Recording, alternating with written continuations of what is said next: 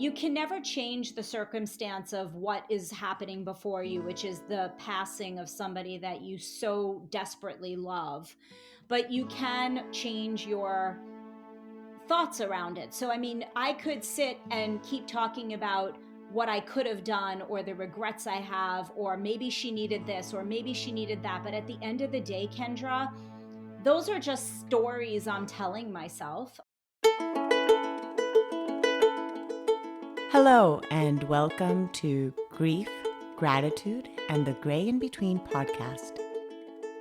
This podcast is about exploring the grief that occurs at different times in our lives in which we have had major changes and transitions that literally shake us to the core and make us experience grief.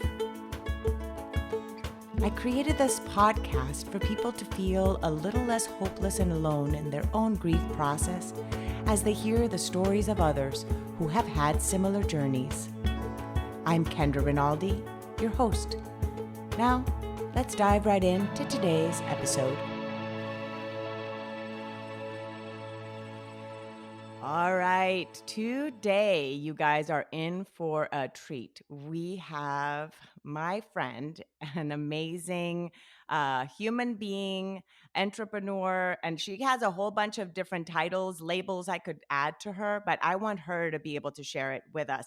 So we have Kim Aliprantis today on our episode of Grief, Gratitude, and the Gray in Between, and I'm just so happy to have you on. Welcome, Kim. Thanks, Kendra. You know how much I adore you. It's a privilege and a pleasure to be on your podcast this morning. I am so grateful that you took time to be on the podcast because as we're recording this podcast, we're in the middle of the pandemic. We're all at home. I know there's a lot of hats we're all wearing at this moment. So you're wearing the hat of, how many hats are you wearing right now, Kim? Oh, probably just as many as you. Let's see. What are we? What are we these days? We're housekeepers, we're mothers, we're business owners and entrepreneurs. We are cooks. I think I said cleaners already. Yeah, we pretty much are doing it all. Doing it all. And yes, this is the great thing, part of it too, is that you are an entrepreneur. You normally actually work from home, right? Anyway, correct? Yes. But now you're Yes. adding to the fact that you're with the girls at home. So it's kind of shifted a little bit your dynamics in that, correct?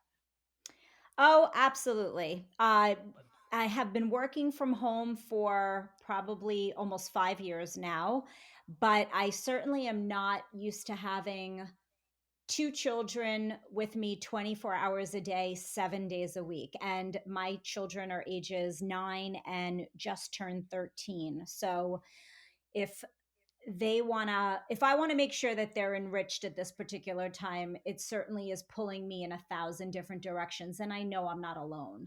Oh, no, definitely. I totally understand. I know I had to actually get my daughter's like computer, making sure it was working. It was not allowing her to log into her thing, all that right before being able to log on to this call with you, to this recording with you. So I completely understand. Yeah, we're trying to do our best, and that's all we can do.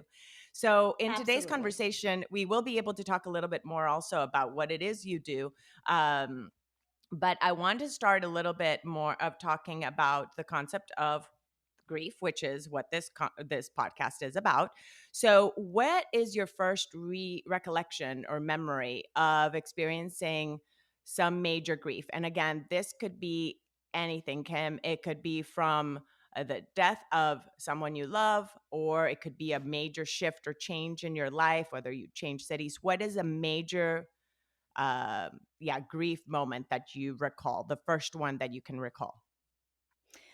So, I've definitely dealt with the passing of relatives of mine, a first cousin, a grandfather, an aunt, but they lived in a different state. And I wouldn't say, although I was sort of a witness to it and I felt their loss, I wouldn't say that I had that monumental overtaking your body grief until my very first dog died at a little over 16 years old. And this is the dog that I grew up with. So He saw me through school and college and law school. And he even saw me through my beginning days working as an attorney. And he was with me through 9/11, my wedding.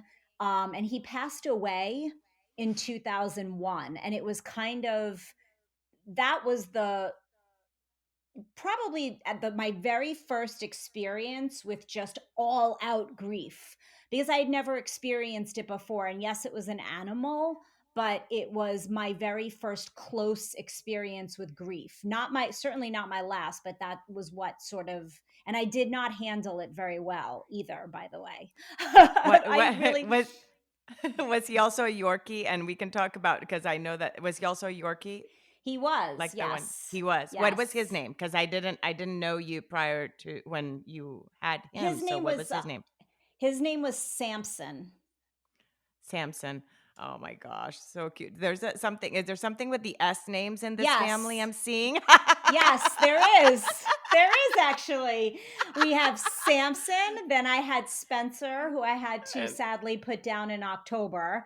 And now we have another, my third Yorkie, and his name is Simba, and he's a oh my puppy. gosh. Is this like coincidence, or do you guys purposefully pick No, an S name? yeah, we did it on purpose. You We did it on did. purpose. Yes, Is it also to honor then yes? Is it to it honor is. the past? I, Okay. it is. It is.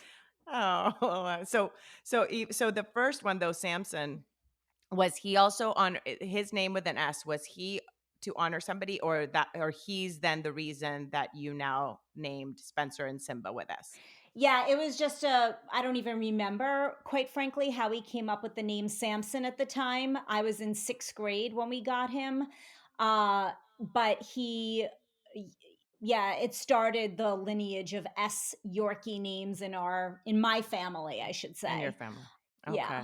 Yeah. Now, so you mentioned so many major life-changing moments that you were able to experience with Samson in your life. You mentioned going to, you said you have him since sixth grade. You had him since sixth grade. You experienced going to college with him, getting married as well. Yeah, or Yeah. it was getting married. Then you also experienced 9/11. Uh, all the comfort that comes from having this companion throughout your entire life. So, when he passed away, you mentioned you didn't handle it well. So, what were the circumstances at that time when he passed away? Well, I mean, it was right very shortly after 9/11. I think he actually, I know he passed away in October of 2001. So, we were living in New York City at the time, and 9/11 happened. And then obviously living in New York right next to the morgue, it Mm, was a total disaster every day. People with, pictures all over my apartment building, grieving and asking if we've seen anybody, and police officers everywhere. And I would go back to Long Island where I grew up, and that was where my very, very old Samson was. And it wasn't very long thereafter that he passed away. And my grandparents were starting to get sick at this time too. Not, they were old, and so it was a whole lot of stuff being thrown upon me right after getting married, and kind of realizing my childhood was over. There was suddenly these catastrophic events that were happening. My dog and companion, who I just was so close to, died. And so I kind of fell apart, to be honest with you. I was drinking a lot at the time. I am a recovered alcoholic, very proud to say that, one day at a time. congratulations. Yeah, And congratulations, my friend. well, thank you. But at the time, it was bad. It was just so much so soon without having the proper tools and guidance in my life to really help me at that particular time. And so it was definitely very messy. There was a lot of drama around it. There was a lot of drinking. There was a lot of tears, tantrums I would even go into. And it wasn't just my dog dying at the time, it was just the compoundment of everything. So, Absolutely. so that was my very, very, very first experience in grief. And I'm proud to say that my handling of grief only gets better with time, which thank God, because Ooh. I know it could get worse, but it's gotten much better for me with time. So, No, you know yes, what though? That I think that what you just said, that for you and that for some maybe it gets worse, but I think in general, if we have experienced it in some way or another, it's kind of like you fall, you get up, you fall, you get up, and next time you fall, you're like, oh, I'll wear knee pads next time, or you know what I mean. If you're on a bike, you're like, oh, I'll wear knee pads, or that way it won't hurt as much, or next time when I fall and I scrape my knee, I'll put this. It's kind of like you learn different ways of being able to manage with this amount of pain that comes from grief. The pain still is the same or even greater depending on the death that we experience or the life change.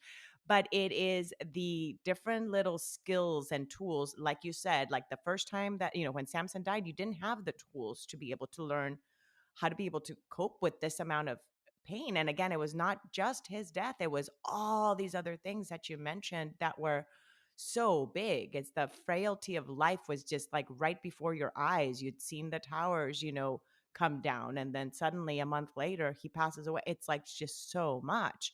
it Um was. it was a lot. I mean, that takes a lot. And a lot of times people don't see all these other parts of us that we've had to overcome to be the people we are now. Like if somebody were to look at Kim now, not many, unless somebody that's already been through your kind of process, that knows that that grit that you have comes from all these other huge life lessons and all the pain. So I'm sure they've been kind of like those stepping stones to get you to where you are now. But yep, go ahead. No, I was just going to say it's so true. You know, when you're going through such horrible times and you can't really see the next day in front of you, you will hopefully be on the other side of it looking back, and there will be valuable lessons that you will have learned, and it will have made you, kind of shaped you into the person that you are now. All those challenges and all those losses, they really do build you and prepare you for being even better down the road. Oh, absolutely. Absolutely. It's kind of like that muscle, right? You got to break it down since we're in the health and wellness. The That's two of right. us are into that. You got to break down that muscle in order for it to be able to grow. You got to break it down. And that's what happens to us in life.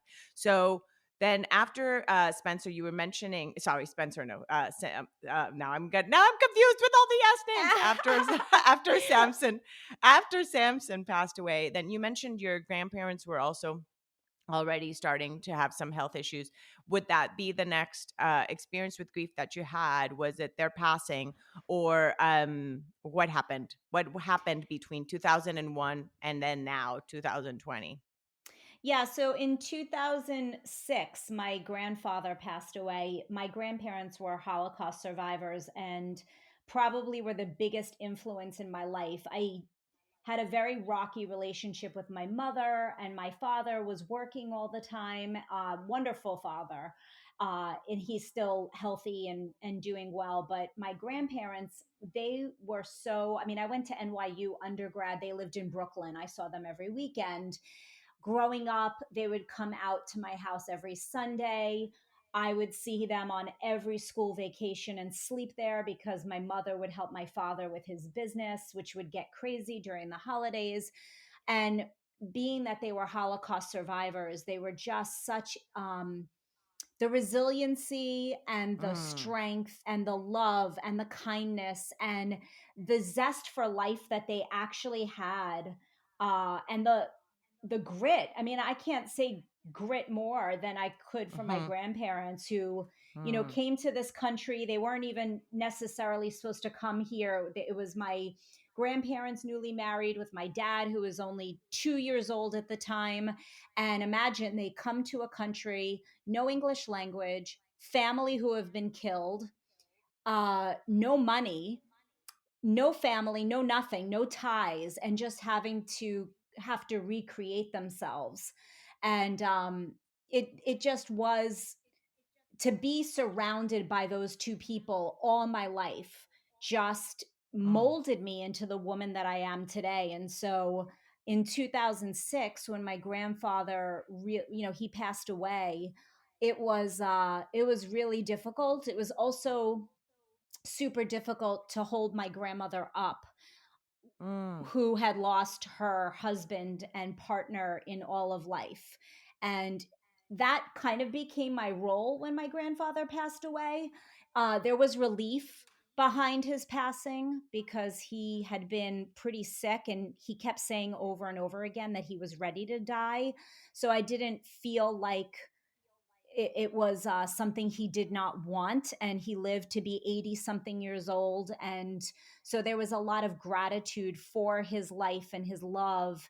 And I remember him being in the hospital, and he kind of squeezed my hand and winked at me, and I knew it was his way of saying goodbye to me. But Mm. it was my my role to try to hold my grandmother up, and it was very difficult to do because she was very vocal at that point of saying, there are only three more things I want to live for, and it's to see your brother graduate dental school, your brother get married, and you to give birth to your first daughter. Because Were you expecting interestingly at that time? enough, Yeah, were you no, expecting then? so Oh. no, interestingly enough, Kendra, my husband and I had had a ton of fertility issues. And the month Oh after my my gosh, that's a grand whole other layer of grief. That's a whole other layer of grief, Kim. Oh my It gosh. is, but Oh my Iran, goodness. I'm like, I could interview you for hours then on all these different layers. Oh yes, there Lord. is quite a bit of Go ahead. layers. But after my Wow. grandfather passed away, the very next month, I became pregnant. Oh wow. So don't think Wow, I I just got didn't. chills. Yeah. I got So chills. after years, Kendra, years Mm. of things not working out, the very next month, I was pregnant after my grandfather passed away. And your grandmother said that she wanted to live to see your next to for you to become a mom of a daughter. She said daughter. She didn't say child. No, well, actually, she didn't really. Did she say daughter? I may have said Oh, that. oh, okay. Oh, I okay, don't okay. think she said daughter. Oh, okay. I was But thinking, I'm she like, did want I was like, to. oh wow, she already I mean, felt it. She already felt it. no, I don't think so. But she did. I mean, I found out the second I could find out, so she knew I was having a girl for the majority of my pregnancy. And I was naming my Hmm. daughter after her sister who perished in the Holocaust. So those were the three things Mm. she wanted to live for, and she was very clear on it.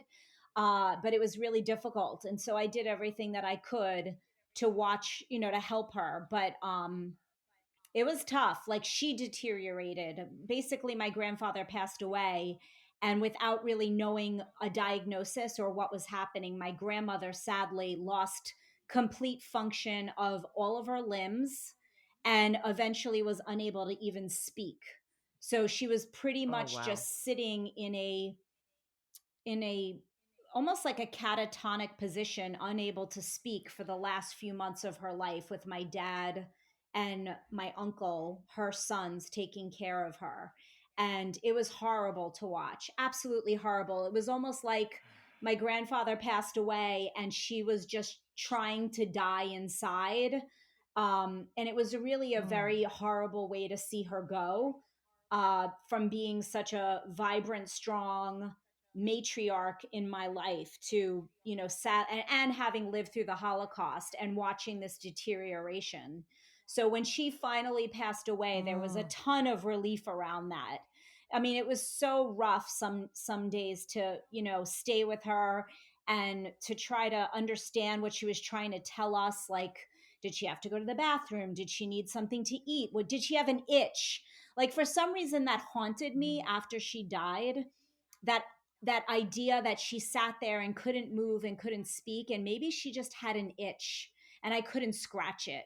And that was like Oh a my gosh. huge, it was horrible. Like, that lived with me for a while. I had to do a ton of work around that because, you know having her go through the childhood that she had to go through, having watched all her parents and all her sisters, her niece, who was a baby, all be killed in the Holocaust. She had two brothers that lived, and they were living in Australia because, again, after the war, there was no, oh, I would like to go here. I would, no, it was like, you're No, it's going wherever here, you were you're going sent, here, basically. Yeah. wherever you were sent. So her Mm-hmm. two brothers went to Mm-hmm. Australia, and she went to the United States. So there was a lot around that too.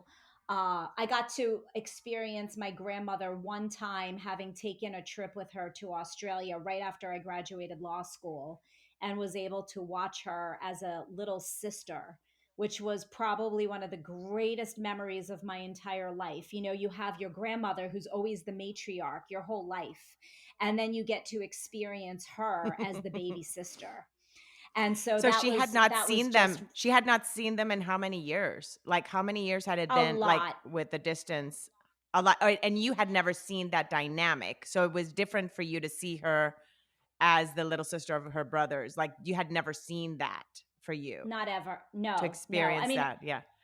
yeah, I Uh, would say in her whole life, yeah, in her whole lifetime, I would say she was only able to see her brothers maybe four times, which is just mm, such a, that's horrible in and of itself.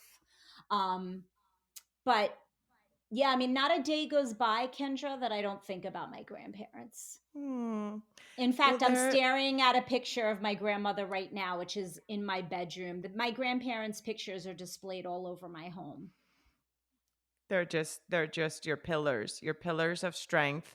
Anytime you feel like giving up, you look at their pictures, and you know what they went through to get Absolutely. here, and for you to be who you are now. You would not be here, and you wouldn't exist if they had not been able to survive the Holocaust and be here, and the grit that they had. That is amazing. I had chills all this moment that you were talking. And can I have, what are their names? What are your grandparents' names? I just, Sophie, Sophie. Oh, Sophie and Albert. So my first daughter's name is Felicia Sophie, okay. and yeah, Albert. Which had I had a boy, which I did not, we would have used his name for something. So Mm. yeah, yeah. Oh, well, it's beautiful. Thank you for sharing that. And then, how then? Okay, so you saw her then, that deterioration of basically her being a shell. You mentioned that when she passed away, um, you were kind of struggling with that aspect of so many things you could have done that you didn't know whether she needed when she was in that state. And you mentioned working a lot on that. Can you share a little bit about that journey of your process then, of your grieving process after her passing? What were some of the things at this moment then in your life, 5 years after um, Samson had passed? Did you have more tools at that? Well, you also you were, no, she passed. Oh no, sorry. Yeah, that was 2006 was your, sorry, that was your um grandfather. What year was her passing? Sorry. I guess, let me think. It may have been 2009. I think that she passed away. Was, so your youngest was not born yet. You only Correct. had your I oldest one. only Okay. had Felicia. Felicia, well, she was born, yeah, it was '09 that my Mhm. grandmother passed away. That she passed away. So then what were some of the tools that you used then for your grieving process? Like, then after your grandfather passed away, then seeing her deteriorate, you know, your grandmother deteriorate, and then leading to her passing. What were some of the things you did at that moment that I made mean, it livable per se? Because it's still hard, but what were some of yeah, you what? have to just change I mean, it was all about the changing of your thoughts around it. I mean, you can never change the circumstance of what is happening before you, which is the passing of somebody that you so desperately love, but you can change your thoughts around it. So, I mean, I could sit and keep talking about what I could have done or the regrets I have, or maybe she needed this, or maybe she needed that. But at the end of the day, Kendra, those are just stories I'm telling myself. I mean, I don't really know that any of that is true. I have no idea. I don't, for all I know, maybe she was trying to sing a song. Like that is as equally possible as her asking that she had this crazy itch.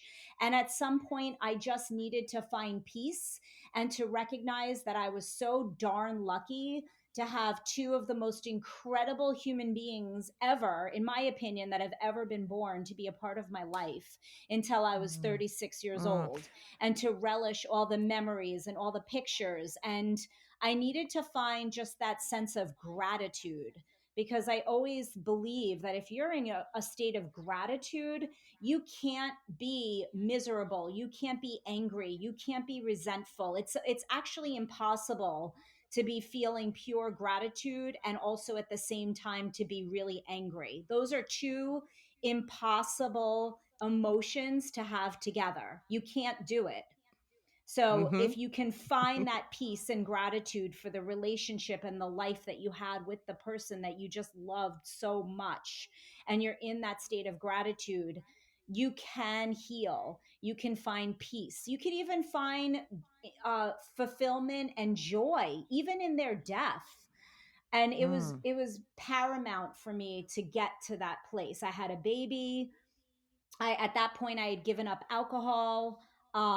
It was absolutely imperative for me to get to that place so that the people that were still here with me were not going to suffer from my diseased head. That that is huge because you had to step away from, and I'm going to say this in a way that I know that alcoholism is a sickness too, but I'm going to say in terms of the selfish component that you were, in that aspect, step away from that in order to be present for those that were here with you now, your child, your spouse, the future you had ahead. So you had to let go of all that in order to be able to build what you needed to build and have the strength you needed to have. Is that, because that, does that sound all right? And you can totally contradict what I'm just picking up by what you're saying, but did I make the right observation based on what you just said? Absolutely. And I mean, when you stop and think about, the people that leave you, that loved you, that you had that special relationship with, they would never want you to be in those feelings of anger, resentment, taking it out on the people that are still with you. And so it really can transcend all. It transcends to the people, to yourself, to the people that are still with you, and even honoring the person whose life has been lost. And to really Hmm. recognize that and understand it, you can find peace and gratitude and even move on. And for some people, it happens slower than others. But it's there and available for everybody if you tap into it. And for some people, like I said, it takes a lot of work to get there. For me, it was years. I mean, we're talking 2001 when, a dog of mine died. And now my grandparents passed away between 2006 and 2009, two of the very most important people in my life who I always knew I'd have to say goodbye to at some point because they were my grandparents. But it was a long journey. And the journey continues. I mean, there's been, Absolutely. it never ends. So after that, so I wanted to say something because you said even though you knew that you were going to have to say goodbye to them, that is something that we all know. We all know that we're born and we all are going to die. Yet it doesn't it doesn't stop us from feeling those big, huge, sad emotions when somebody dies. It's absolutely human to feel that way. And it's a human emotion and it's normal. So the only thing that we can do is just strengthen ourselves in a way that, and have those tools and coping mechanisms to be able to deal with it a little bit with more ease, which is what you basically accomplished in that time, after Samson died and so forth, all that growth that happened. With that growth, of course, also came the fact that you were a mom, and suddenly the having a child completely also shifts the way you even think about life also. So there was just so much there. Now, after your grandmother passed away, then more continued. So take us on into this journey. Yeah, so, I had my second child, and that, more there was more fertility issues with that. I also was leaving, although I didn't realize it at the time, I was leaving my career as an attorney. I developed some pretty significant health issues that came out all of a sudden for me. And I realized very quickly that my life as a stressed out attorney could kill me. So Mm. eventually that career ended up sort of leaving me as well. And I found myself with a second child and sort of trying to figure out what my identity was going to be in the world. And all the same time, my mother, who I always had a very rocky relationship with, she ended up being diagnosed with lung cancer. She always said that I was the reason why she was always going to remain a smoker. Which I can laugh at What? now, but yeah, What? yes. Oh She my said god. the stress of me to her is what made her be Oh a my smoker. god. That was like one of her signature lines. But Oh my she gosh. yeah, so she was struck with lung cancer. She tried to do chemo and radiation, but when you take a very sick person who is an alcoholic and smokes and just really let her health go. She was only 65 years old, but she really, once she was diagnosed, she almost became a 90-year-old immediately. Mm. And so once she did the chemo and tried radiation, she sadly passed away at the age of 65. So I that was in 2010 to no, uh 2013, 2014 she passed away. 2014. So yeah. Is she, and she's not your this your it's your dad, it was your dad's grandparents that you're really close to, the ones that have passed away. So she Yes. and your parents were separated at this Yes. moment? Okay. Yeah, my parents got divorced when I went to college, so they had been Okay. separated for a very long time. Did that create grief for you, or when you were in college, was it something that you were expecting when they divorced? Was it something that you kind of knew was coming, or was that something also a layer of grief that you developed from that divorce?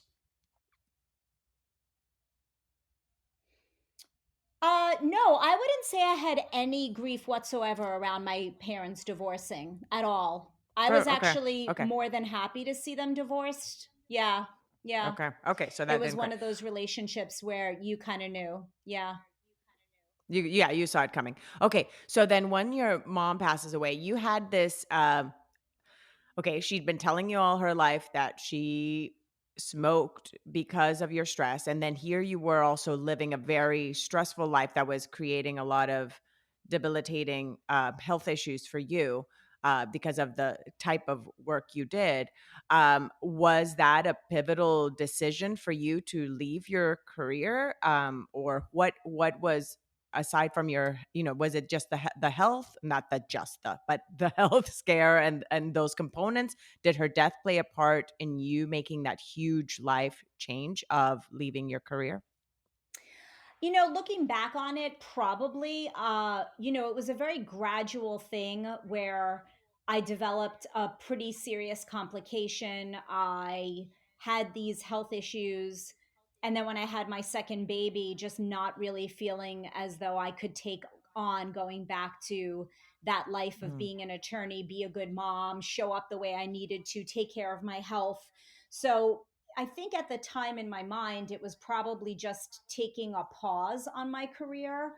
But I would say that with my mom's passing, it became pretty clear that my my mission and my drive in sort of honoring my mother was to kind of live a life that was the complete opposite of my mother. Mm. So Mm. it was a very different kind of grief with my mom.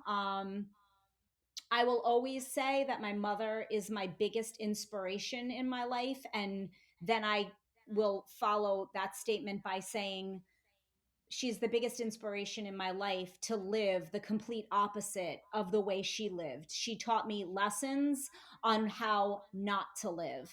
And I will always honor her and be grateful to her because she doesn't even know the valuable lessons that she instilled upon me. And again, it took a long time, Kendra, to come to that, to be able to To that say that realization. statement. Yes, to be Mhm. able to just Oof. now even say that statement out loud. It was years and years and years of writing down all the things I hate about my mother and all the things she did to make me feel horrible as a child and the things she said to me. And even when she was dying, I mean, I always wanted that closure with her where she would say, I'm sorry, I wasn't this. Like, I was always waiting for that.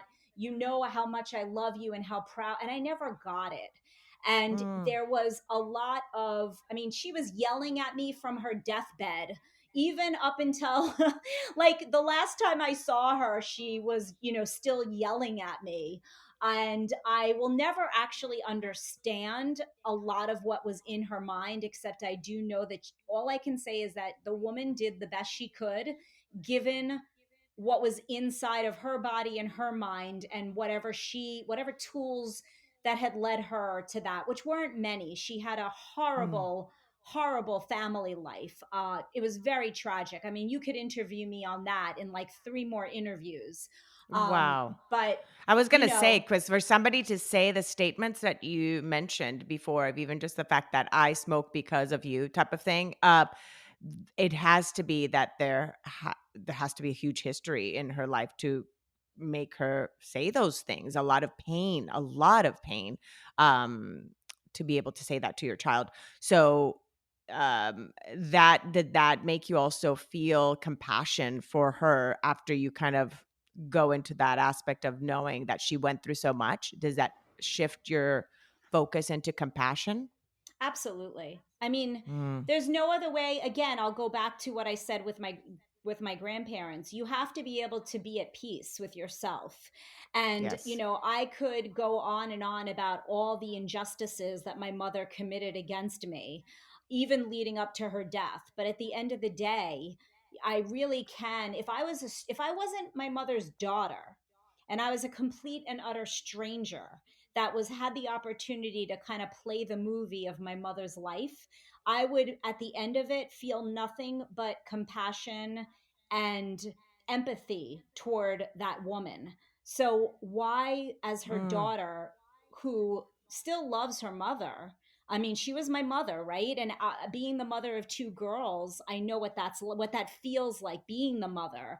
So how could I feel any other way but loving, compassionate, and grateful for? I mean, I can say with 1000% certainty that I feel so grateful that in all of her missteps in her life and the sadness and the, kind of isolation, and she just did so many things kind of to bring her own downfall, that somehow it was able to make me see all I was able to see where my life could be, and to really look almost in a crystal ball and say, mm, this is not the crystal ball that I want from my life, and then to, mhm, God forbid, pass down to my girls. I'm done. mm. Kind of just picking up that crystal ball and throwing it on a hard floor and letting it shatter everywhere.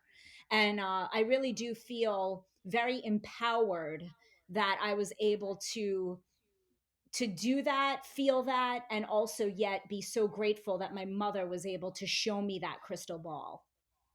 Oof. Wow, Kim. That is huge. You had to make a choice. You had to make a choice because she made a choice to some extent too. Even though she had that hard growing up, she made a choice to keep that being her crystal ball for her life, even with the upbringing she had. Now, you also had that crystal ball be part of your life because of how she had treated you, yet you had to then make a choice to shatter that one and create a new one. So Absolutely. that takes a lot, and it takes a lot of growth, and it takes a lot of personal growth and development for sure. And then that inner again grit comes again to play into making those choices. Now, in that personal growth and development, what are some of the things that you did to get to that point of compassion and acceptance and gratitude towards her? I mean, I think it was a combination of the work that I did in recovering from alcoholism, as well as the personal development work that I've been doing since I became an entrepreneur. And I they know we both got to go into that. Yeah. but they both go hand in hand with each other. You know, when I was a newly recovering alcoholic, it was all about writing down all the people that you were resentful at. And believe me, I filled up notebooks of that, you know, Mhm. all the people that had been wronging me in some way. And I had to write down exactly what I was really mad about. And then I had to actually, I was forced to sit down with somebody. And lucky for me, that person was already had a degree in psychotherapy. And I mean, it just so happened that I was very lucky with the person I was able to sit across a table from with my notebooks. And I had to ask myself, what part did I play in all of it? And I had to go person by person, situation by situation. And I really had to look at the part that I played in it, because everybody plays a part in their situations. There is never, ever a situation where one person is completely wrong and one person is 100% right. And even though I was a kid, and even though obviously a mother is not supposed to say or do certain things, I still have choices as I grow up to behave and act and think my own way. That's my choice. Mhm. And so those were the lessons I had to go into. And as I continued with personal development and mindfulness work, again, it's always going to be, I mean, we could use this pandemic as that situation, right? I mean, we cannot change the Mhm. circumstances that are before us. We cannot change the death of somebody that we love. We cannot change any circumstance because it's neutral, it's there. And so when if we're going to have all the negative thoughts or the anger or resentment, what we're really saying is that we want to change that circumstance. We're like fighting so hard against the circumstance, but that Mm. circumstance cannot be moved, it cannot be changed. It is there.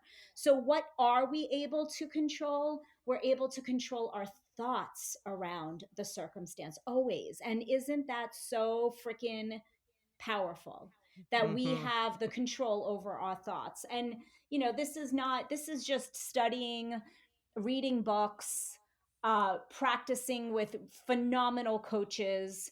And it doesn't always work either, but I think generally, especially with handling grief and handling relationship issues, it certainly can help over time to recognize that we are in full control of our thoughts and feelings, and we can make those changes, even if we just move the needle little by little by little by Yes. little. Yes.